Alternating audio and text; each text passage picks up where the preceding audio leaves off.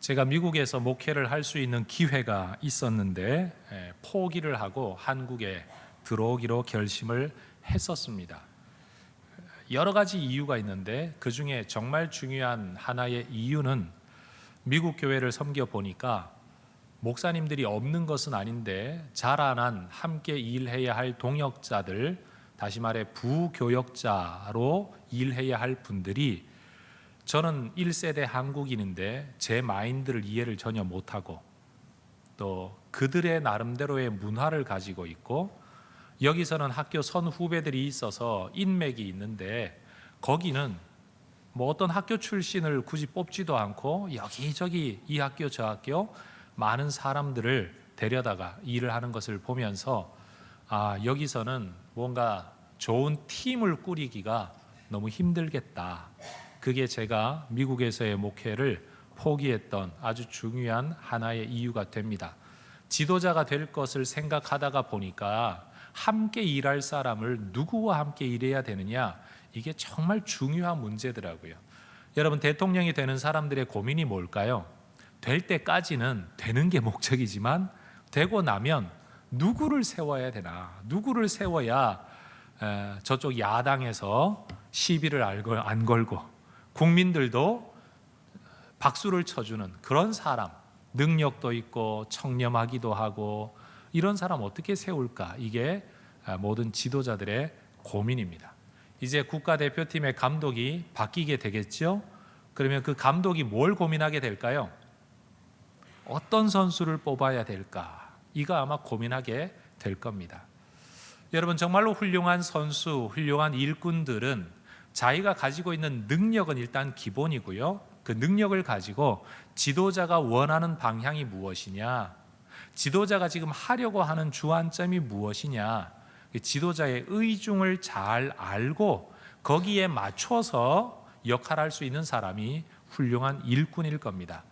아마 기업을 경영하는 분들에게는 고민이 있을 거예요. 월급은 줄 만큼 주고 나름대로 애를 쓰고 하는데도 내 마음을 알아주는 직원이 없다. 도대체 이 일을 자기 일처럼 뭔가 좀 이 풀어야 될 숙제를 탁탁 풀어낼 수 있는 이런 사람 좀 어디 없을까? 이런 고민할 것이고, 보통 회사 다니는 분들은 내 능력을 좀 알아봐주는 사장님 어디 없나? 아마 그것이 고민일 겁니다. 여러분, 우리는 하나님을 섬기는 사람들입니다. 직업이 무엇이 되었든지 우리는 하나님을 섬기는 사람들입니다. 그러면 아마 하나님도 사람을 찾으신다면 누가 내 마음을 좀 알고 내 가려운 데를 긁으면서 내가 아파하는 문제를 위해서 자기 인생을 좀 헌신할 사람이 어디 있을까? 아마 하나님은 그렇게 사람을 찾으실 겁니다. 그런데 우리는 대부분 이미 하나님을 섬기고 있어서 나름대로는 충성하고 있다고 우리는 생각합니다. 그 위에서 하나님이 내게 좀 월급 좀 더 주시지 않나, 하나님이 내게 복을 좀 더 주시지 않나, 우리의 관심사는 거기에 있는 것 같아요. 많은 사람들이 교회를 다니면서도 정작 신앙의 주된 관심이 어떻게 하나님으로부터 뭔가를 더 받을까. 그런데 하나님의 관심사는 주실 건 주시지만 그래도 하나님이 하고자 하시는 일에 누가 좀 마음을 같이하여 헌신할 수 있을까? 따라합시다. 동상이몽. 이 예배드리는 자리에서도 어쩌면 우리는 동상이몽하는지도 몰라요. 같은 예배 자리인데 하나님의 관심은 하나님의 뜻을 알리는 데 있고 우리의 관심은 복 받는 데 있다면, 여러분, 한 예배 자리에서 하나님과 우리의 기대가 다르다면 얼마나 안타까운 일입니까? 하나님의 일꾼, 하나님의 백성으로서 우리의 관심이 아무쪼록 우리 하나님의 뜻이 무엇인지, 하나님의 의중이 무엇인지를 좀 읽어낼 수 있는 사람이 되면 참 좋겠습니다. 여러분, 선수들이 아무리 능력이 뛰어나도 감독이 가지고 있는 전략, 원하는 플레이를 하지 못한다면 그 경기 제대로 풀려나가기 힘이 듭니다. 우리 나름대로 아무리 능력과 열심을 낸다고 할지라도 하나님이 원하시는 어떤 플레이가 있을 수 있지 않겠습니까? 그러면 아버지의 마음과 뜻을 헤아리고 아버지의 관심이 지금 어디에 있는지를 헤아릴 줄 아는 것이 신앙의 아주 중요한 덕목이라고 말할 수 있을 겁니다. 따라합시다. 좋은 신앙인은 아버지의 마음을 헤아립니다. 여러분, 훌륭한 자녀들이 어떤 사람이 훌륭한 자녀입니까? 돈 많이 벌어오는 자녀가 아닙니다. 부모의 마음을 헤아릴 줄 알고 살필 줄 알고 거기에 맞추어 미리 뭔가 행동할 줄 아는 자녀들이 훌륭한 자녀죠. 훌륭한 부모는 누가 훌륭한 부모입니까? 이 아이가 어떤 재능을 가지고 무슨 관심을 가지고 뭘 할 때 행복한지 뭘 할 때 슬퍼하고 힘들어하는지를 알고 그 일에 대하여 미리 뭔가를 배려해 주는 부모가 훌륭한 부모인 겁니다. 그러니 내 마음 나도 잘 모르지만 인간이 그렇잖아요. 그렇지만 상대방의 마음을 읽으려고 애쓰는 것이 모든 인간관계와 삶 속에서 훌륭한 삶을 살아가는 길이라는 거죠. 그러니 훌륭한 성도는 누가 훌륭한 성도입니까? 하나님의 마음을 헤아리려고 하는 성도가 훌륭한 성도입니다. 오늘 우리가 읽었던 본문 말씀은 4절밖에 되지 않습니다. 좀 길게 잡으면 내용이 너무 많아질 것 같아서 제가 4절로 끊었습니다. 이 4절 안에서 저는 하나님이 어떤 분인가, 하나님은 어떤 방법으로 일하시는가, 하나님의 일하시는 성향, 하나님의 방향성은 어디에 있는가, 이것을 여러분과 함께 나누기를 원합니다. 그러므로서 하나님을 섬길 때 하나님과 내 관심이 너무 달라서 내 딴에는 한다고 했는데 하나님의 뜻과는 상관없는 헛수고를 하는 인생이 되지 않기를 바랍니다. 옆에 분하고 인사합시다. 헛다리 짚는 신앙인이 되지 않기를 원합니다. 여러분, 열심히 한다고는 하는데 하나님의 관심사는 상관이 없고 자기 열심에만 빠져있지 하나님의 뜻과는 상관이 없다면, 참 많이 애썼는데 그것이 허무한 대로 돌아간다면 얼마나 불쌍합니까? 인생 그렇게 살면 안 되잖아요. 신앙생활도 그렇게 해서는 안 됩니다. 하나님의 뜻을 알아야 하는 이유는 한 가지를 해도 하나님께 칭찬받고, 한 가지를 해도 하나님 앞에 격려받고, 한 가지를 해도 하나님 앞에 상을 받을 수 있는 그런 삶을 살아야 되지 않겠습니까? 자, 첫째 주제 들어가도록 하겠습니다. 하나님께서 하시는 일로만 우리가 이야기를 하자면, 하나님은 세상의 모든 만물의 창조주이시고 그것들을 지금도 운행하고 계신 운행자이십니다. 그 위대한 하나님이 믿음이라는 방법을 통해 우리와 관계를 맺으십니다. 물론 하나님은 창조자이시고 우리는 피조물이기 때문에 창조자와 피조물로서의 관계를 우리는 이미 맺고 있습니다. 그런데 이건 개인적이고 인격적인 관계는 아닙니다. 총합적이고 총체적인 관계입니다. 그냥 피조 세계, 인류, 사람이라는 관계 말입니다. 하나님과 내가 개인적인 관계를 맺게 되는 것은 나를 위해 주신 예수님을 내 구세주로 믿고 하나님을 내 아버지로 모셔드림으로써 그때부터 하나님과 우리가 개인적인 관계를 맺게 됩니다. 하나님은 인류를 만드신 창조자이실 뿐만 아니라 이스라엘 민족을 선택하여 부르신 분으로서 이스라엘 민족과 관계를 맺으셨죠. 마찬가지로 우리도 우리 하나님이 창조주로서 그리고 우리의 구속주로서 우리는 하나님과 관계를 맺습니다. 하나님을 왕이요 사사요 통치자로 인정하고 섬기지도 않고 자기 소견에 따라 자기 소견에 옳은 대로 살았던 이 사사시대의 이스라엘 백성들이었다고 할지라도 그들이 하나님을 하나님으로 인정하고 부르짖어 구할 때는 하나님께서 그들을 구원해 주셨습니다. 내 마음에 들지 않는다고 매몰차게 내어 던지신 게 아니라 그들이 하나님을 하나님으로 인정하고 부르짖을 때 하나님은 그들을 구원하십니다. 다시 말해 부르짖을 때 구원자가 되어주신다는 겁니다. 성경 18절은 그렇게 말합니다. 하반절에서 이는 그들이 대적에게 압박과 괴롭게 함을 받아 슬피 부르짖음으로 여호와께서 뜻을 돌이키셨다. 뜻을 돌이켰다는 게 뭘까요? 심판하고 재앙을 내려야 마땅한데 하나님이 그 뜻을 돌이키셨다는 겁니다. 구원 안 해줘도 할 말이 없는 잘못을, 명백한 잘못을 이스라엘 백성들이 범했는데도 하나님이 뜻을 돌이키셨다는 겁니다. 무엇 때문에요? 하나님을 구했기 때문에. 누가복음 15장을 보면 집 나간 둘째 아들, 그는 아버지의 집이 싫었고 아버지의 슬아가 싫었고 내가 하고 싶은 대로 살고 싶었고 내 돈 내 마음대로 쓰고 싶어서 집을 나가버렸지만 아버지는 언제나 그를 기다리고 있었습니다. 여러분 한번 가정을 해보십시오. 어떤 두 조직이 협상을 하기 위해 테이블에 마주 앉았습니다. 한쪽 사람들이 어떤 이유 때문에 이거 못하겠다라고 이 자리를 떠나버렸습니다. 남아있는 한쪽 사람들이 그래 니네들가 그러면 우리도 그러지 라고 이 자리를 떠나버리면 우리 이것을 가지고 협상결렬이라고 말을 합니다. 협상의 여지가 없습니다. 그런데 누군가가 그 자리를 떠났다고 할지라도 반대편에서 그 자리를 계속 지키고 있으면 말이에요, 이 사람들이 돌아오기만 한다면 협상이 다시 시작될 여지가 있습니다. 오늘날 가정 안에 많은 문제들이 있습니다. 상대방 배우자가 문제를 가지고 실수를 하고 잘못을 하고 가족을 버려버리면 남아있는 사람들도 대부분 그래 네가 네 인생 살면 나도 내 인생 살겠다, 이혼하고 말자라고 그 자리를 떠나버립니다. 그런데 여러분, 어떤 한 사람이 혹시 실수를 하거나 고의적으로 잘못을 했다고 하더라도 어떤 한쪽 편에서라도 그 자리를 계속 지키고만 있다면 이 사람이 돌아오면 이 가정은 회복의 가능성이 열려져 있습니다. 여러분, 우리가 신앙한다라고 말을 할 때 우리 하나님 어떤 분이시냐? 우리가 하나님 섬기는 것과 하나님의 뜻대로 살 것을 포기하고 이 협상의 자리 떠나버렸어요. 그런데도 하나님 우리를 버리지 않으시고 이 자리를 지키신다는 겁니다. 우리가 돌아가면 언제나 우리를 다시 받아주시기 위하여 이 자리를 지키신다는 겁니다.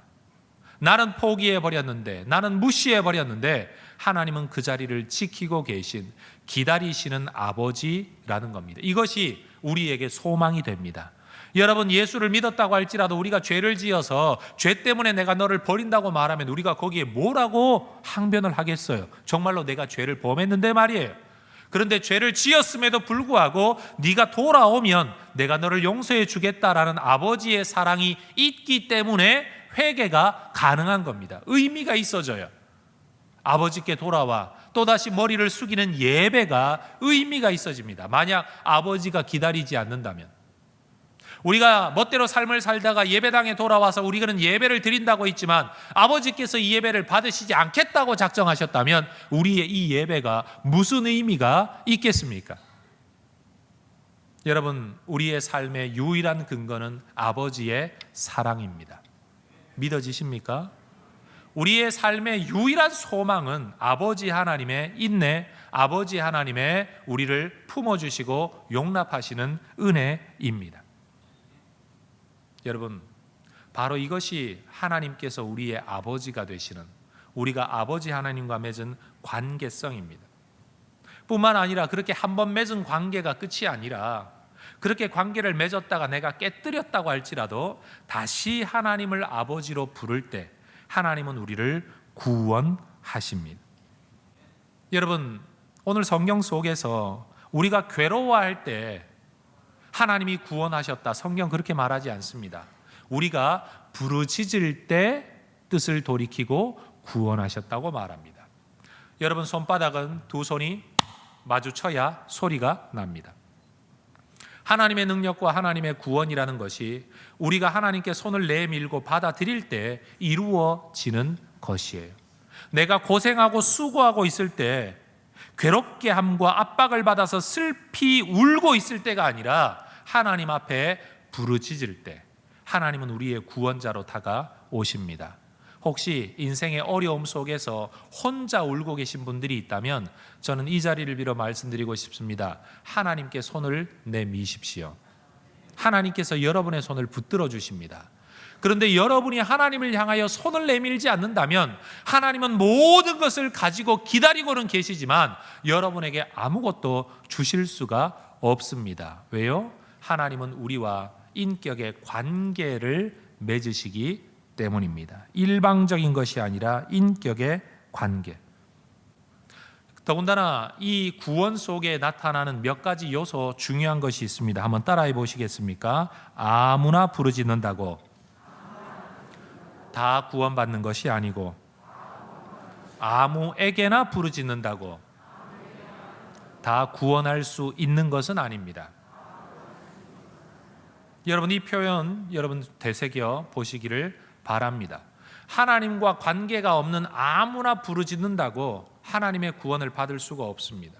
또 아무에게나 부르짖는다고 해서 그 어떤 존재가 우리를 구원할 수 있는 게 아닙니다. 하나님을 하나님으로 인정하는 존재가 만군의 여호와가 되신 하나님께 부르짖을 때 그때 구원이 이루어집니다.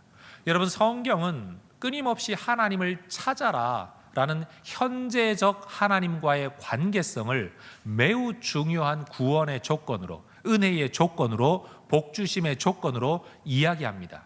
한국 사람들의 말로 하면 감 떨어지기를 누워 기다리는 것이 아니라 감나무 위에 있는 감을 어떻게든 따려고 할 때 감을 얻을 수 있다라는 말입니다. 우리 하나님 앞에 나아가 부르짖고 구하고 찾고 어떻게든 주님 앞에 나아갈 때 주께서 은혜를 베푸신다는 거지요. 그런데 우리 머릿속에서는 천지신령, 영험하신 신, 하나님이 진짜 살아계시다면 알아서 해주시겠지라는 마음이 있는데, 여러분, 그런 수동적인 신앙을 가지고서는 하나님의 역사를 경험할 수가 없습니다.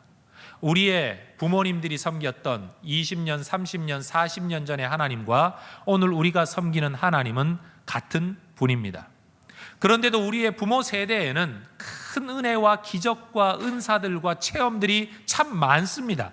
그런데 오늘날은 상대적으로 그렇게 많은 은혜의 체험들이 없습니다. 이유가 뭘까요? 시대가 달라져서 그런 걸까요? 하나님이 이제는 그렇게 일 안 하시니까 그런 걸까요? 아닙니다. 옛날처럼 부르짖어 구하지 않기 때문입니다. 옛날에는 문제가 있으면 어떻게든 하나님께 기도했습니다. 도움 줄 사람이 없고 아무도 없기 때문에, 정말 하나님 외에는 길이 없기 때문에 하나님께 부르짖었습니다. 그런데 요즘은 그렇게 간절하지 않아요. 하나님 도와주시지 않아도 웬만큼 살만하고, 그 다음에 내가 사람들에게 도움을 요청해도 얼마든지 해결이 되니까 굳이 하나님께만 부르짖어야 할 이유가 없다고 여기는 것 같아요. 그러니 구하지 않고 찾지 않고 두드리지 않고 부르짖지 않기 때문에 그때 경험했던 하나님의 역사를 오늘날 우리는 경험하지 못하는 겁니다. 따라합시다. 구하지 않으면 얻을 수 없습니다. 제가 성경 구절 4개를 여러분에게 한번 읽어드리기 원합니다. 이 4개의 구절은 다 공통점이 있습니다. 한번 들어보시기 바랍니다. 신명기 4장 29절. 그러나 네가 거기서 내 하나님 여호와를 찾게 되리니 만일 마음을 다하고 뜻을 다하여 그를 찾으면 만나리라. 따라합시다. 그를 찾으면 만나리라. 역대하 7장 14절을 읽어드립니다. 내 이름으로 일컫는 내 백성이 그들의 악한 길에서 떠나 스스로 낮추고 기도하여 내 얼굴을 찾으면 내가 하늘에서 듣고 그들의 죄를 사하고 그들의 땅을 고칠지라. 기도하고 엎드리고 하나님을 찾으면 하나님께서 우리의 삶의 상황들을 고쳐주신다고 말씀합니다. 역대상 28장 9절도 말합니다. 여호와께서는 모든 마음을 감찰하사 모든 의도를 아시나니 네가 만일 그를 찾으면 만날 것이다. 찾으면 만날 것이다. 역대하 15장 2절도 말합니다. 너희가 여호와와 함께하면 여호와께서 너희와 함께 하실지라. 너희가 만일 그를 찾으면 그가 너희와 만나게 되실 것이다. 따라합시다. 찾는 자가 찾습니다. 구하는 자가 얻습니다. 문을 두드리는 자에게 열립니다. 여러분, 이것이 하나님과의 현재적 관계성이 되어야 됩니다. 옛날에 믿었었다가 아니라 오늘 내가 하나님께 구하는 자, 오늘 내가 하나님을 붙드는 자, 오늘 내가 하나님께 부르짖는 자로서의 관계성을 맺어야 하나님도 구원자로서 우리에게 다가오신다는 겁니다. 여러분, 하나님을 향해 닫혀있는 여러분의 마음을 여시기를 주의 이름으로 축원합니다. 하나님을 구하십시오. 하나님을 찾으십시오. 주님을 향하여 손을 내어 미십시오. 하나님과 관계를 맺으십시오. 알고 있대 잘 모르는 사람, 그런 관계 말고 너무 잘 아는 사람, 먹는 것, 마시는 것, 자는 것, 입는 것, 무슨 일을 하더라도 함께하는 사람처럼 하나님과의 그런 친밀한 관계를 맺으라는 말입니다. 여러분, 숨을 쉬는 사람은 누구나 산소를 공급받아 호흡하고 살아갈 수가 있습니다. 이것이 하나님의 창조 법칙입니다. 마찬가지입니다. 하나님의 구원 법칙도 있습니다. 우리 예수님은 인류를 위하여 십자가에 못 박혀 죽으셨습니다. 그러나 산소가 아무리 있어도 숨쉬지 않는 사람은 죽을 수밖에 없듯이 예수님이 아무리 인류를 위하여 죽어 주셨더라도 그 예수 그리스도의 피로 호흡하지 않는 이상 그는 죽을 수밖에 없습니다. 창조 법칙이나 구원의 법칙이나 마찬가지입니다. 하나님께서 용서하실 수 없는 죄가 있다면 얼마나 나쁜 죄를 저질렀느냐라는 문제가 아니라 하나님께로 돌이키지 않으면서 하나님과의 관계를 만들어가지 않는 죄, 이것은 하나님도 어떻게 하실 수가 없어요. 어떤 죄를 저질렀더라도 하나님하고 관계가 맺어지면 주님이 용서해 주실 수 있어요. 어떤 힘든 환경이라고 할지라도 하나님과 관계를 맺으면 하나님이 도와주실 수가 있어요. 그런데 하나님과 관계를 맺지 않는 사람에게는 하나님이 아무것도 주실 수가 없습니다. 여러분, 우리 하나님은 언제나 기다리시는 아버지이십니다. 우리 하나님은 준비되어 계세요. 우리만 돌이키면 됩니다. 그래서 여러분, 첫 번째 하나님의 일하시는 방법, 하나님의 법칙은 이것입니다. 하나님은 관계 안에서 일하십니다. 따라합시다. 하나님은 관계 안에서 일하십니다. 바로 이러한 이유 때문에 믿음이라는 것은 관계성입니다. 하나님과의 관계성, 그것이 믿음입니다. 믿음이 큰 사람은 누구냐? 하나님에 대한 신뢰의 관계가 아주 확실한 사람, 그 믿음이 큰 겁니다. 믿음이 얕은 사람은 누구입니까? 하나님과의 관계가 느슨한 사람입니다. 여러분, 하나님과의 관계성이 믿음이라는 사실을 잊지 마십시오. 교회 몇 번 나오느냐, 성경을 몇 번 읽었느냐, 교회 봉사를 뭘 하느냐, 헌금을 1년에 얼마나 하느냐, 이것이 믿음의 구체적인 검증 기준이 아니고 하나님과의 관계성이에요. 여러분, 많은 사람들이, 거의 대부분의 사람들이 결혼을 해서 살아갑니다. 부부가 함께 살아갑니다. 그러나 여러분, 껍데기로는 다 부부예요. 가정이에요. 그런데 그 속을 들여다보면 이 관계성이 느슨하거나 깨어져 있는 가정이 얼마나 많습니까? 질문합니다. 이런 가정에 행복이 있을까요? 이런 가정에 만족이 있을까요? 이러한 삶이 그 사람들이, 당사자들이 정말 원했던 삶일까요? 아닐 겁니다. 믿음이 그렇습니다. 내가 하나님을 믿는다고 말해도, 내가 기독교인이라고 종교란에 기록을 한다고 해도, 매주일마다 예배당에 나와 앉아 있다고 할지라도 여러분, 마치 관계성이 없는 부부처럼, 부모와 자녀 사이에 아무런 대화도 없는 관계처럼, 가족은 가족이지만 실질적으로는 깨어져 버린 가족처럼 많은 그리스도인들이 오늘날 그렇게 살아갑니다. 내가 돈 벌어다 줍니다. 부인은 밥을 해줍니다. 한 집안에서 살아갑니다. 그런데 아무도 그 관계성이 깊어지지 않는다면 이 가정이야말로 깨어진 가정이죠. 헌금합니다. 예배드립니다. 찬송 부릅니다. 봉사합니다. 어디 가면 나는 기독교인이라고 말을 합니다. 심지어 교회 가자고 말도 할 수 있습니다. 그래도 하나님과의 관계성이 오늘 내 마음을 기쁘게 하지 못한다면, 그 관계성이 뭔가 이게 버성기는, 깊이 결속되어 있지 못해서 뭔가 느슨해져 있다는 사실이 내 마음을 힘들게 만들지 않는다면 그건 믿음이 깊은 것이 아닙니다. 아내와 남편이, 부모와 자녀가 뭔가 그냥 농담을 주고받으면서도 마음에 깊은 결속력을 느끼는 가정이 행복한 가정인 것처럼, 여러분, 우리가 하나님 앞에 특별한 일을 하고 있지 않아도 주님과의 깊은 관계성, 그게 믿음의 핵심이라는 겁니다. 뼈 빠지게 고생해서 돈을 벌어다 준다고 할지라도 여러분, 깨어진 가족일 수 있듯이 깨어진 믿음일 수도 있습니다. 다시 한번 따라합시다. 믿음은 하나님과의 관계성입니다. 그러니 여러분, 이 관계성 때문에 봉사하고 예배하고 헌금하고 무언가를 다 하는 건 많으면 많을수록 좋은 거예요. 그런데 관계성 없이 껍데기의 그런 일들로만 그 사람의 믿음을 이야기하는 것은 잘못된 것입니다. 저는 여러분의 믿음이 깊어지기를 소망합니다. 여러분도 제 믿음이 깊어지기를 원하시죠? 그러면 성도들은 생각해요. 아유, 뭐 목사님이 믿음 당연히 있지. 여러분, 그 믿음이라는 것은 성경 지식도 아니고 교회를 위하여 자기 인생을 내놓았느냐라는 성직자가 되었느냐 이런 부분이 아니고, 목사의 믿음의 성장이라는 것은 하나님과의 관계성의 깊이입니다. 그렇기 때문에 목회자도 성도도 믿음이 성장해야 합니다. 일생 교회를 위하여 헌신하는 장로님들의 믿음을 누가 의심하겠습니까? 그러나 저는 의심합니다. 뭘 의심하느냐? 하나님과의 관계가 얼마나 깊은가, 얼마나 결속되어져 있는가, 혹시 느슨해져 있지는 않은가. 이것이 예수를 몇 년 믿었든, 교회를 몇 년을 다녔든, 직분이 무엇이 되었든, 은퇴를 했든 안 했든, 내 나이가 80이든 내 나이가 20이든 하나님 앞에서 믿음을 돌아보아야 된다라는 것은 교회를 위해 내가 몇십 년을 봉사했다는 게 아니라 지금 내가 하나님을 구하고 있냐, 하나님을 찾고 있냐, 하나님께 부르짖고 있냐, 하나님과의 관계가 얼마나 깊이 결속되어져 있느냐. 여러분, 이것이 믿음의 핵심이라는 겁니다. 여러분, 믿음은 하나님과의 관계성입니다. 두 번째,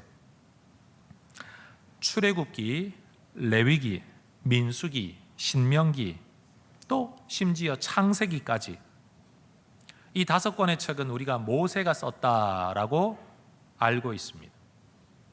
근데 만약 하나님이 천지 만물을 지으셨다라는 것을 창세기가 없다면 우리는 알지 못했을 겁니다. 하나님이 어떤 능력이 있는 분인가를 우리는 출애굽기의 기록을 통해서 알게 됩니다. 그리고 하나님의 백성들이 하나님을 어떻게 섬기기를 원하고 어떻게 예배하기를 원하시는지는 레위기가 없다면 우리는 알지 못했을 겁니다. 그리고 우리를 향한 하나님의 소원이 무엇인지를 신명기가 없었다면 이스라엘 백성들은 알지 못했을 겁니다. 다시 말해, 하나님께서 하나님이 누구인지, 하나님의 성품이 무엇인지, 하나님의 뜻이 무엇인지를 알려주는 통로도 사람이었습니다. 마찬가지로 하나님이 하나님의 백성을 구원하실 때 출애굽기를 읽어보세요. 성경을 다 읽어보세요. 특별히 여호수아와 우리가 읽고 있는 사사기를 읽어보십시오. 하나님이 하나님의 백성들을 구원하시는 방법도 사람이었습니다. 하나님의 뜻을 알려주는 통로도 사람이었고, 하나님의 사람들을 구원해 주시는 방법도 사람이었습니다. 16절을 보십시오. 여호와께서 부르짖는 이스라엘 백성들을 위해서 사사들을 세우사 그들을 구원하십니다. 18절도 보십시오. 여호와께서 사사들을 세우셔서 그들을 대적의 손에서 구원하십니다. 그래서 이런 말이 있습니다. 하나님은 구원을 위하여 시스템이나 조직이나 위원회를 보내시는 것이 아니라 한 사람을 보내신다. 창세 이래로 우리 하나님께서 이 세상 만물을 다스리셨던 방법은 사람을 통해서였습니다. 하나님은 아담을 지어놓고 말씀하셨습니다. 세상에 충만해라, 번성해라, 그리고 다스려라. 무엇을요? 하나님의 피조 세계를. 이 원리는 여러분 창세 이래로 세상 종말이 올 때까지 변치 않는 하나님의 원리입니다. 하나님이 가정을 다스리시는 방법은 가장이라는 지도자를 통해서입니다. 하나님이 나라와 민족을 다스리시는 방법은 그 민족의 지도자를, 그 국가의 지도자를 통해서입니다. 하나님이 교회를 다스리시는 방법은 그 교회의 지도자를 통해서입니다. 다시 말하면 하나님의 통치는 사람을 통해서 이루어진다는 겁니다. 하나님의 성전을 짓기를 열망했던 다윗에게, 야, 네가 내 집을 짓겠냐? 네 마음은 갸륵하다. 그러나 네 아들이 짓게 될 거다. 대신 너의 그 믿음을 내가 받고 네가 내 집을 짓는 게 아니라 내가 너의 집안을 세워주겠다. 그게 사무엘하 7장의 주제입니다. 그때 하나님께서는 다윗의 믿음을 보시고 다윗의 후손들에게 내가 네 자손들의 아버지가 되어주겠다 말씀하십니다.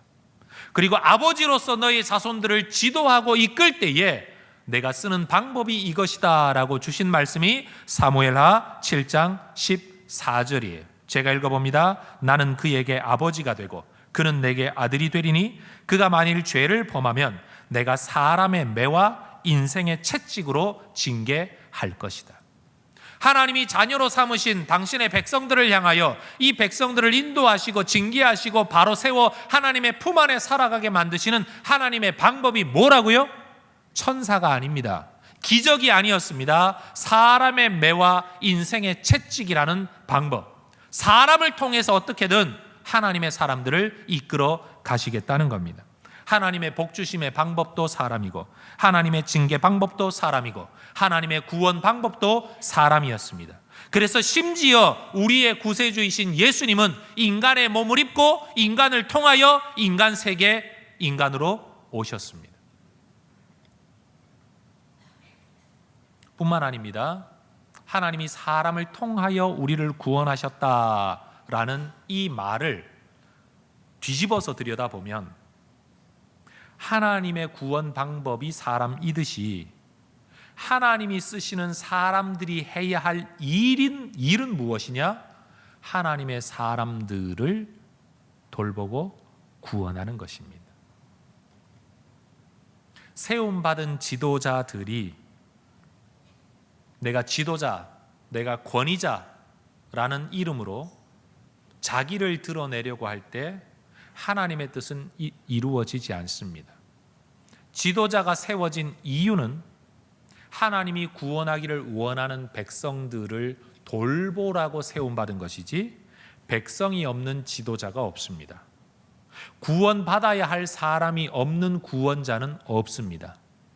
그러니 여러분, 여기서 우리는 이 두 가지를 생각해야 됩니다. 내가 구원이 필요한 존재라는 차원에서는 인도함과 이끌어준 어떤 누군가가 필요하다는 존재라는 입장에서는 하나님이 세운 사람들을 존중해야 됩니다.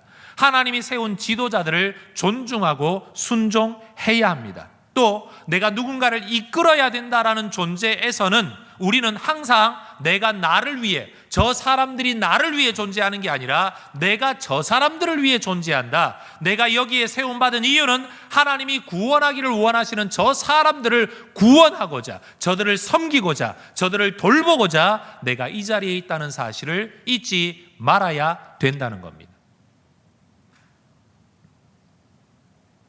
인간 세상 속에서 우리가 하나님을 존중하며 산다라는 말은 하나님이 세운 지도자들을 존중하는 것과 하나님의 백성들을 존중하는 것, 바로 그것이어야 합니다. 성도 여러분, 잊지 마십시오. 여러분이 하나님의 기적을 기대하고 계신다면 그 기적은 사람을 통해서 올 것입니다. 만약 여러분이 하나님께 쓰임받기를 원한다면 하나님이 여러분을 쓰실 일은 딱 한 가지입니다. 바로 사람들을 섬기는 겁니다. 사람들을 돌보는 겁니다. 사람들을 구원하는 겁니다. 그래서 우리는 이렇게 말할 수 있습니다. 한번 따라해 봅시다. 하나님은 사람을 통해, 사람을 위해 일하십니다. 이 진리를 잊지 말아야 합니다. 바로 이 이유 때문에 믿음은 사람들과의 관계성입니다. 우리는 흔히 믿음을 하나님과의 관계성이라고, 하나님에 대한 나의 모습이라고만 이야기하지만 하나님의 법칙, 하나님의 원칙 속에서 하나님과의 관계는 어디에서 발견되어지느냐? 하나님이 세운 사람들과의 관계에서 발견되어집니다. 이 땅에 나를 있게 만들어 주신 근원은 하나님이지만 하나님이 나를 이 땅에 있게 하려고 내 부모를 세우셨기 때문에 그 부모에 대한 존중의 태도가 없는 사람은 하나님을 존중하지 않는 겁니다. 내가 이 땅에서 자라나서 부모의 손길과 선생님들의 손길과 믿음의 선배들의 손길을 통하여 하나님을 섬기는 자로 이런 자리에 와 앉아 있다면, 우리가 정말 하나님을 잘 섬기는 사람이 된다면 우리의 믿음의 선조들, 우리의 믿음의 지도자들, 우리의 믿음의 선생님들, 우리의 전도자들을 우리는 지극정성으로 존중해야 됩니다. 그게 하나님을 섬기는 겁니다. 사람을 무시하며 하나님을 섬길 수 없습니다. 왜냐하면 하나님은 사람을 위해, 사람을 통해 일하시기 때문입니다. 많은 교회 안에 잘못된 신앙관을 가지고 있는 성도들이 종종 있죠. 여러분, 우리가 하나님을 섬길 때 내가 생각하는 하나님을 섬기는 것은요, 우상숭배입니다. 내가 이해하는 만큼, 내가 인정할 수 있는 만큼의 어떤 모습을 그리면 그건 내가 하나님을 그린다고 그려도 하나님이 아니라 우상입니다. 우리가 하나님을 섬기는 방법은 내가 생각하는 대로 섬기는 게 아니고 성경이 가르치는 대로 섬겨야 합니다. 제 말이 맞습니까? 내가 생각하는 대로 하나님을 섬기는 게 아니라 성경이 가르치는 대로 섬기는 것이 하나님을 바로 섬기는 겁니다.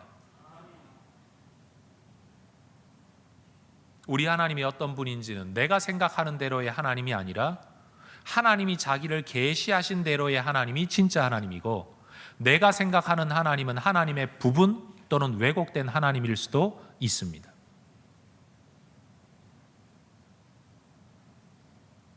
그러니 여러분, 신앙의 두 번째 법칙을 기억하십시오. 첫 번째 원리가 하나님과의 관계성이 믿음이라면, 두 번째 원리는 사람과의 관계성이 믿음이라는 겁니다. 하나님이 사사들을 왜 세우셨습니까? 부르짖는 당신의 백성들을 구원하기 위해서였습니다. 사사가 잘나서도 아니고, 사사를 사사라는 명예를 주기 위해서도 아니고, 그 사람 잘났다고 그 사람만을 위해서 준 게 아니라 하나님의 백성들을 구원하라고 세우신, 사사의 역할은 철저하게 하나님의 백성들에게 의존되어져 있고, 하나님의 백성들이 하나님께 부르짖어 구원을 요청할 때에 하나님의 구원은 하나님이 보내신 사사라는 한 사람에게 철저하게 의존되어져 있었습니다. 따라합시다. 우리는 의존적 존재입니다. 절대로 잊지 마십시오. 그래서 여러분, 교회 다니고 하나님을 섬기고 예수 믿는 사람들, 예배하는 사람들이 사람을 무시한다. 일단 그 사람은 믿음이 잘못된 사람이고, 하나님을 알지 못하는 사람이고, 하나님의 의중을 헤아리지 못하는 사람입니다. 경기장 안에서 뛰어다니는 어떤 선수든지 이기려고 뜁니다. 지려고 뛰는 선수는 없습니다. 그러나 감독의 의중을 알지 못하고 다른 사람들과 어떻게 서로 유기적으로 플레이를 해서 이길 건지를 전혀 생각하지 않고 자기 혼자만의 독단적인 플레이를 하는 사람이 있다면 그의 의중은 이해가 되지만, 이기려는 의도는 존중할 수 있지만 그 사람을 함께 경기 안에 내어버려 둘 수는 없는 겁니다. 성도 여러분, 저는 저와 여러분들이 이 하나님의 법칙 안에서 살아가기를 소망합니다. 목사이기 때문에 제가 제 입으로 이런 말 하는 게 참 부끄럽고 남사스럽지만 여러분, 목사를 목사로 존중하지 않으면서 하나님을 하나님으로 인정할 수 있는 길은 없습니다. 반대로 성도를 성도로 존중하지 않으면서 하나님을 하나님으로 인정할 수 있는 길도 없습니다. 하나님을 섬기는 우리의 신앙은 철저하게 사람과 결부되어져 있다는 거 잊지 마십시오. 교회 신앙생활과 가정의 신앙생활이 다른 사람, 그래서는 안 됩니다. 가족을 대하는 내 모습이 곧 하나님이 내게 맡기셔서 구원하고 돌봐야 할 자녀, 배우자, 부양해야 될 부모이고, 또 다른 입장에서는 하나님이 나를 이곳에 있게 하시고 태어나게 하시고 이끌어 주셨던 하나님의 구원 인도의 통로로서 부모님을 허락하셨기 때문에 존중하고 따르는 것이, 섬기는 것이 마땅한 겁니다. 그러니 여러분, 부모 섬기지 않고 자식 사랑하지 않는 사람이 하나님을 섬긴다 말할 수 없고, 직장 생활 속에서 상사를 존중하고 아랫사람을 돌보지 않는 사람이 하나님 섬긴다 말할 수 없고, 교회 생활하면서 지도자에게 순종하고 다른 성도들을 돌보지 않는 사람이 하나님 섬긴다고 말할 수가 없는 겁니다. 단순히 봉사활동 좀 하고 헌금 좀 하고 예배 참석하는 것, 그게 신앙생활의 본질이 될 수가 없다는 겁니다. 세 번째 원칙입니다. 하나님의 백성들, 이스라엘 백성들은 하나님을 우선순위에서 밀어내고 말았지만 하나님은 여전히 그들을 하나님의 우선순위에 두고 계셨습니다. 이스라엘 백성들을 향한 하나님의 원칙은 한결같으셨습니다. 하나님과의 관계성 안에서 살 때는 은혜와 평강, 이걸 벗어나면 너희가 저주를 받을 수밖에 없다. 저주를 주신 게 아니라 그걸 벗어나면 괴로워질 수밖에 없는, 공기 없는 곳에 가면 숨쉬기가 힘들어지는 것처럼 하나님의 은혜의 품 안에 있으면 숨쉬는 게 평안하고, 하나님의 은혜의 품 안을 벗어나면 먹고 살고 숨쉬고 살아가는 게 어려워지는 것, 이게 하나님의 원칙이었어요. 그러면 여러분, 이 안에도 살아봤다가 밖에서도 살아봤다가 왔다 갔다 한두 번 하고 나면 깨달아야죠. 아, 벗어나면 안 되는구나. 이 안에서 사는 것이 행복이구나. 이걸 깨달아야 되는데 이스라엘 백성들은 이것을 깨닫지 못합니다. 구원을 단순히 위기를 모면하는 하나의 방편으로만 하나님께 기도하고, 위기를 넘어서고 나면 또다시 자기 살고 싶은 대로 하나님과의 관계성을 느슨하게 만들어버리고 말았다는 겁니다. 이게 이스라엘 백성들의 죄였습니다. 성경 17절을 보십시오. 그들이 그 사사들에게도 순종하지 않고 더 나아가 다른 신들을 따라가 음행하고 절하고, 여호와의 명령을 순종하던 그들의 조상들이 행하던 길에서 속히 치우쳐 떠나서 그들과는 다른 삶을 살았다. 믿음의 다음 세대가 된 게 아니라 믿음이 다른 세대, 믿음이 떠난 세대, 그런 세대가 되어버리고 말았다는 겁니다. 언제요? 부르짖어 하나님이 구원하실 때 그 구원을 경험하고 나서도 말이에요. 19절도 말하지 않습니까? 그 사사가 죽은 후에는 그들이 돌이켜 그들의 조상들보다 더욱 타락하였다. 여러분, 구원을 경험하고 나서도 그들은 하나님에 대한 그들의 태도가 바뀌지 않았습니다. 하나님의 능력, 하나님의 사랑을 경험하고 나서도 그들이 하나님을 향해 가져야 할 기본적인 마인드셋, 태도가 바뀌지를 않았어요. 그들의 마음의 지향성이 하나님을 향한 게 아니라 여전히 세상을 향하고 있었어요. 어려울 때는 하나님께 부르짖으면 된다라는 생각은 가지고 있었지만 그 생각이 아닌 마음, 그들의 마음은 하나님이 아니라 세상을 향하고 있었다는 말입니다. 오늘 혹시 우리도 예수를 믿고 예배를 드리고 하나님의 십자가의 사랑, 구원의 은혜를 받아놓고서도 여전히 사사기 백성들처럼 따라가지 말아야 할 음행의 길, 영적 음행, 육적 음행, 세상의 길 쫓아 살아가고 있지는 않습니까? 그러면서도 우리는 이렇게 생각하는 사람들이 있습니다. 뭐 주일날 교회에 와서 하나님께 용서해 달라고 기도하면 다 용서해 주시는데 나 목사님께 그렇게 배웠어. 그게 기독교 신앙이잖아 결국. 여러분, 이 말이 얼마나 무서운 말인지 모릅니다. 왜냐하면 살 때는 멋대로 살아놓고 예배당에 와서 기도 한마디만 하면 다 용서받을 수 있다. 이 사고방식 말이에요. 이런 생각을 하는 분들에게 아주 경고가 될 만한 성경 구절이 하나가 있죠. 이 구절은 해석하기에 정말 난해해서 목사님들 세계에서도 이 구절을 해석하는 입장이 둘로 첨예하게 나눠져 있습니다. 어떤 구절인지 먼저 한번 읽어드리죠. 히브리서 6장 4절 5절 6절의 말씀입니다. 한번 빛을 받고, 이 빛은 하늘의 빛, 그리스도의 빛, 은혜의 빛 이런 걸 말합니다. 하늘의 은사를 맛보고 성령에 참여한 바 되고 하나님의 선한 말씀과 내세의 능력을 맛보고도 타락한 자들은 다시 새롭게 하여 회개하게 할 수 없나니. 우리는 일반적으로 한번 얻은 구원은 절대 잃어버리지 않는다고 배워왔습니다. 그런데 이 구절을 들여다보고 있으면 이 사람이 어떤 사람이죠? 은사를 맛본 사람이에요. 성령과 함께 했던 사람이에요. 심지어 내세의 능력, 천국의 능력, 하나님 나라의 능력을 맛본 사람이에요. 그런데도 타락을 하면 회개의 기회가 없대요. 구원 받는다는 말입니까? 못 받는다는 말입니까? 우리는 한쪽으로는 분명 예수 믿으면 받은 구원 절대로 잃어버리지 않는다고 가르침을 하고 배웠습니다. 그런데 성경의 또 다른 구절을 보면 회개의 기회조차 얻을 수 없는 이런 일들도 있다고 말합니다. 그래서 성경이 참 난해한 거예요. 그런데 여러분, 저는 구원을 받을 수 있다 없다는 문제로 이 구절을 해석하는 게 아니고, 이 구절을 묵상하면서 저는 이런 생각을 해 보았습니다.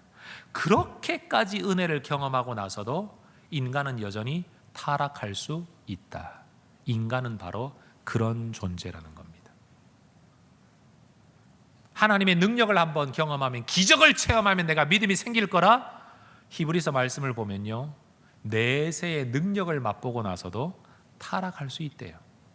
그게 사람이랍니다. 그래서 여러분, 믿음이라는 것은 내가 한번 기도하고 기적을 경험하는 것, 그게 믿음의 본질이 아닙니다. 내가 은사를 한번 체험하는 것, 그게 믿음의 본질이 아닙니다. 내가 교회를 위하여 한번 힘을 내어 봉사해 보는 것, 그게 믿음의 본질이 아닙니다. 구원을 받는다는 것, 믿음을 가진다는 것은 어느 날 시험을 치기 위하여 막 외웠다가 시험을 딱 보고 난 이후 순간 다 까먹고라도 성적만 통과가 되면 나 합격했어, 나 그거 안 외워도 돼, 몰라도 돼, 왜? 시험 봐서 통과했으니까. 여러분, 구원은 그런 게 아닙니다. 시험 보고 통과 안 하고 나면 다시는 그거 이야기 안 해도 되는, 다시는 몰라도 되는, 기억 안 해도 되는, 여러분, 그런 시험이 아니라는 겁니다. 구원은 그런 게 아니에요. 구원은 어제 했던 고백을 오늘 할 수 있어야 되고, 오늘 했던 고백을 내일 할 수 있어야 되고, 오늘 부르는 찬송을 내일 더 열정적인 마음으로 부를 수 있는 것, 그게 믿음입니다. 냇가를 건너오듯이 죽을 수밖에 없는 죽음의 강을 한번 건너오면 다시는 그 위험이 내게 다시 찾아오지 않는, 여러분, 구원은 그런 게 아닙니다.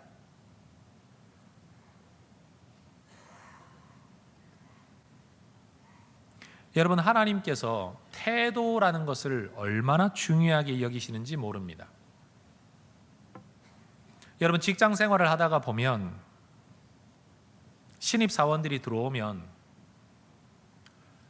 그 일을 가르치는 사람들 입장에서는 이건 여기 있고 저건 여기 있고 이건 이렇게 하면 되고 저건 저렇게 하면 되고 다 가르쳤어요. 근데 여러분들도 그런 때를 거치셨겠지만 한번 그렇게 배웠다고 다 합니까? 절대 못하죠. 10년, 20년 동안 그 일을 반복해서 생긴 익숙한 사람하고 이제 말로 한번 들었다고 해서 그 일을 다 할 수 있는 건 절대 아니라는 거죠. 그런데 여러분, 가르쳐줘도 못하는 사람, 가르쳐줘서 못해서 혼나거나 쫓겨나는 게 절대 아니에요. 오히려 배우려고 하지 않고 아는데도 하려고 하지 않는 태도가 잘못된 사람, 이 사람은 아무리 똑똑하고 외국어를 잘하고 뭘 아무리 잘한다고 해도 여러분, 함께 일할 수 없는 사람이죠. 여러분, 좋은 학생과 나쁜 학생이 있다면 누가 좋은 학생이고 누가 나쁜 학생일까요? 성적 좋다고 좋은 학생 되는 거 아닙니다. 성적이 나쁘다고 나쁜 학생 아닙니다. 여러분, 사람마다 기억력, 응용력, 이해력 이런 건 다 다를 수 있어요. 누가 나쁜 학생이냐? 배우려고 하지 않는 사람이 나쁜 학생입니다. 누가 좋은 학생입니까? 어떻게든 배우려고 하는 사람이 좋은 학생입니다. 오래 걸릴 수 있습니다. 그러나 배우려고 하는 사람이 좋은 학생입니다. 바로 이게 태도의 문제입니다. 여러분, 누가 좋은 성도이고 누가 나쁜 성도입니까? 성경을 많이 읽으면 좋은 성도, 헌금 많이 하면 좋은 성도, 주일 안 빠지면 좋은 성도 아닙니다.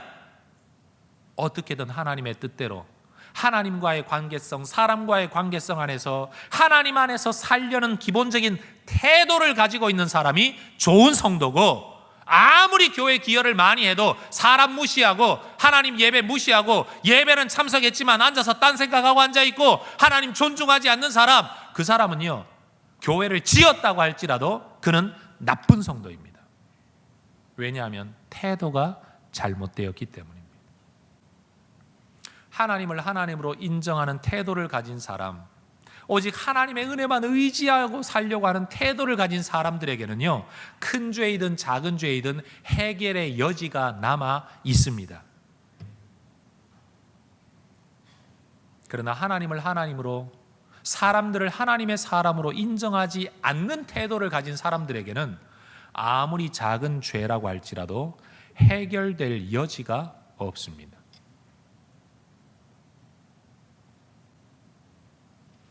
우리가 사용하고 있는 개역 개정판 이 성경에는 태도라는 단어가 많이 등장하지 않습니다. 거의 등장하지 않습니다.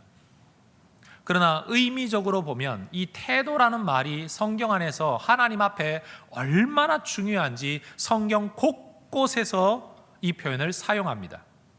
특별히 저는 여러분들에게 성경 몇 구절을 소개하고 싶습니다. 이것은 공동번역이라는 번역본 성경입니다. 예레미야 32장 19절에 성경을 이렇게 번역하고 있습니다. 계획하시는 일이 크시고 하시는 일이 거창하신 분 누구일까요? 하나님이시죠.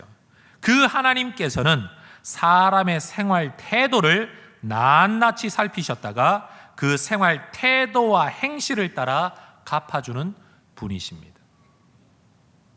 예레미야 26장 3절은 말합니다. 행여나 이 백성이 내 말을 듣고 그 못된 생활 태도를 고친다면 얼마나 좋겠느냐. 그렇게만 한다면 재앙을 퍼부어 그 악한 소행을 벌하려던 계획을 나는 거두리라. 나는 누구입니까? 하나님이에요. 그들의 기본적인 마음의 태도를 고치고 생활의 태도를 바꾼다면 나는 내 재앙을 돌이키겠다. 내 마음을 돌이키겠다는 겁니다. 같은 26장 13절도 말합니다. 그러니 이제 여러분의 하나님 야훼의 말씀을 따라 생활 태도를 고치십시오. 그렇게만 하면 야훼께서는 여러분에게 내리시던 재앙을 거두실 것입니다. 뭘 고치라고요? 태도를 고치라고요. 여러분, 그래서 저는 여러분에게 이렇게 말하고 싶습니다. 믿음은 태도입니다. 우리가 흔히 구원은 믿음으로 받는다라고 말을 합니다. 그런데 이 믿음이라는 것을 많은 사람들이 착각하기를 지적인 동의 정도로 생각합니다. 예수님 날 위해 죽으셨어. 내가 인정해. 그러면 구원 받는 걸로 착각합니다. 여러분, 구원을 얻는 믿음은 그거 동의하는 데 있지 않습니다. 그 지적인 동의, 그것을 가져오게 만드는 기본적인 태도의 변화입니다.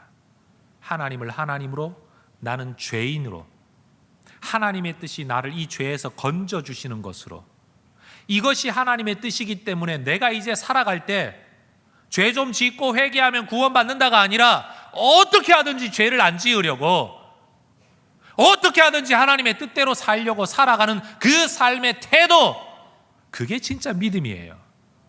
이런 믿음이 아닌 사람은 구원 못 받아요. 예수님의 십자가의 죽음을 함부로 만홀히 여기는 사람이 되고 말죠. 살기는 멋대로 살고 마음껏 죄를 지으면서도 예수 이름이 무슨 부적이나 되는 것이냐, 예수 이름으로 하나님 용서해 주세요. 전혀 죄에 대한 심각함도 없고 죄에 대한 뉘우침도 없고 죄를 미워하는 마음도 없이 오히려 죄를 즐기고 있으면서도 예수 이름으로 기도만 하면 용서받는다? 아니요. 그의 마음의 지향점이 하나님과 구원을 향하고 있지 않고 그의 마음의 지향성이 죄를 향하고 있는 이상 그는 구원의 사람이 될 수 없습니다.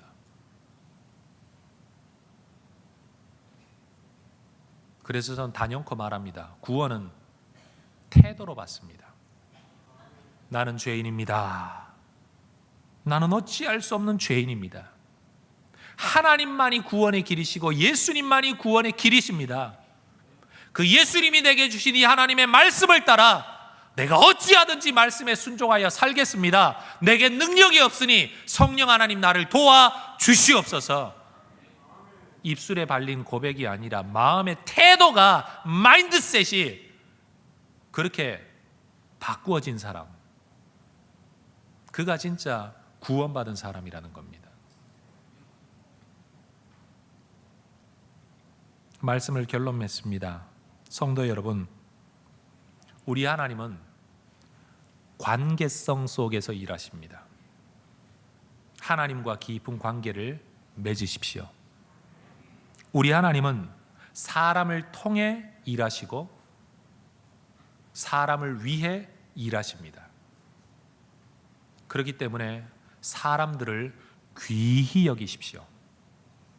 여러분이 따라야 할 사람도 귀히 여기고 여러분이 이끌어야 할 사람도 귀히 여기십시오. 왜냐하면 그것이 하나님의 뜻이기 때문입니다. 많은 사람들이 순종을 이야기하면 내가 이해가 되면 따르겠다라고 생각을 합니다.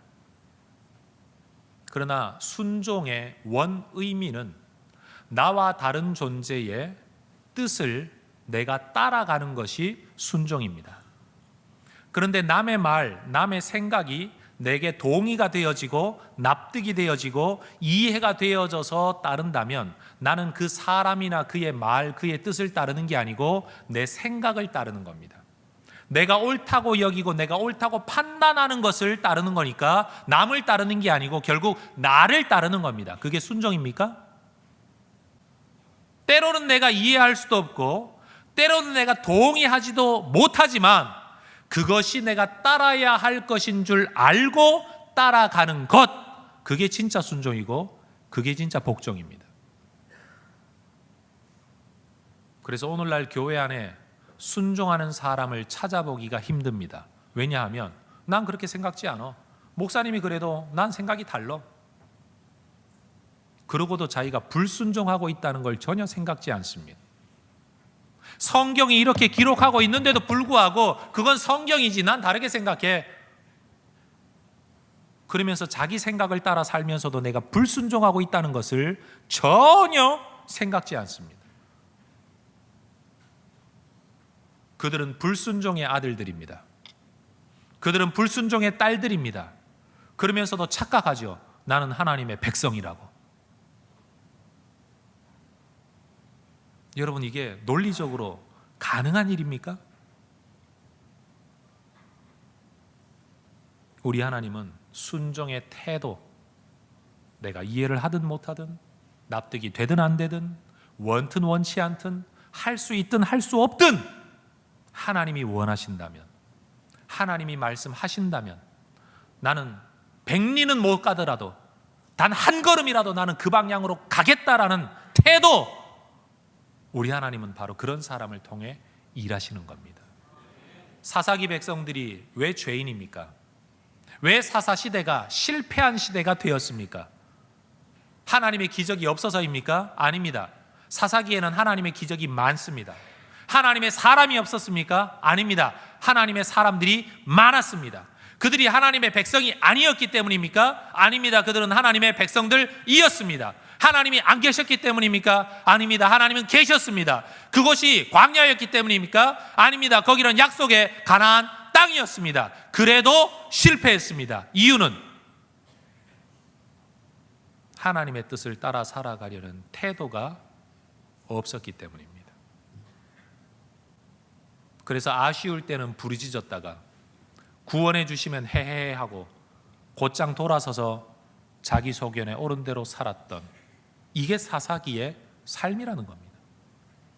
오늘 우리하고 너무 비슷하지 않습니까? 성도 여러분, 저도 여러분도 우리 하나님 앞에서 이 하나님의 세 가지 분명한 일하심의 원리를 깨닫고 살아갈 수 있기를 원합니다. 제가 선창을 하면 여러분은 대답을 하셔야 됩니다. 자, 믿음은